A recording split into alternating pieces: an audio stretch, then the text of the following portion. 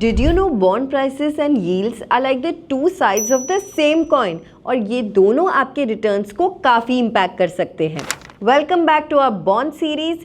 पिछले एपिसोड में हमने गवर्नमेंट और कॉर्पोरेट बॉन्ड्स के टाइप्स को एक्सप्लोर किया। आज हम डिस्कस करेंगे बॉन्ड प्राइसेस और यील्ड्स के बीच का रिलेशनशिप और ये आपके इन्वेस्टमेंट्स को कैसे इफेक्ट करता है। बॉन्ड प्राइस और यील्ड के बीच का कनेक्शन समझने के लिए लेट्स टेक एन एग्जाम्पल। सोचो आपने एक बॉन्ड खरीदा फॉर ₹1 लाख जो आपको 6% का फिक्स्ड इंटरेस्ट दे रहा है। आपको हर साल 6,000 रुपीज़ इंटरेस्ट मिलेगा। Simple right? लेकिन अगर आरबीआई रेपो रेट बढ़ा देती है और नए बॉन्ड 7% इंटरेस्ट देने लगते हैं तो इन्वेस्टर्स को आपका 6% बॉन्ड कम अट्रैक्टिव लगेगा।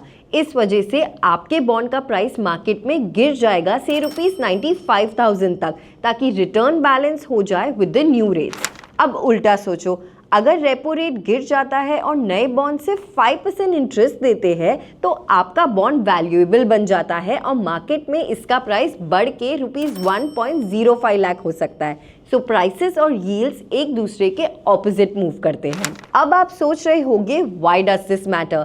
वेल, जब आरबीआई अपने इंटरेस्ट रेट्स चेंज करती है उसका असर आपके बॉन्ड इन्वेस्टमेंट पर डायरेक्टली होता है। फॉर एग्जाम्पल, अगर आपके बॉन्ड का यील्ड मार्केट के नए बॉन्ड से कम हो गया तो आपको उस बॉन्ड को बेचने पर लॉस हो सकता है। ऑन द फ्लिप साइड, अगर आपने बॉन्ड पहले खरीद रखा है जब रेट्स ज़्यादा थे और आज रेट्स नीचे गिर गए हैं, आपके बॉन्ड की वैल्यू बढ़ जाती है। ये बॉन्ड मार्केट में ट्रेड करके आप एक्स्ट्रा प्रॉफिट कमा सकते हो।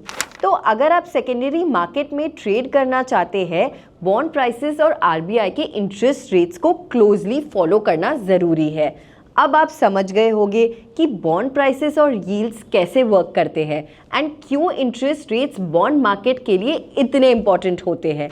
अगले एपिसोड में हम बात करेंगे बॉन्ड्स के डिफरेंट रिस्क्स की, जैसे इंटरेस्ट रेट रिस्क और क्रेडिट रिस्क। स्टे ट्यून, और अगर आपको ये वीडियो हेल्पफुल लगा तो लाइक ज़रूर करें और फॉलो करें yes securities, choice of the vice.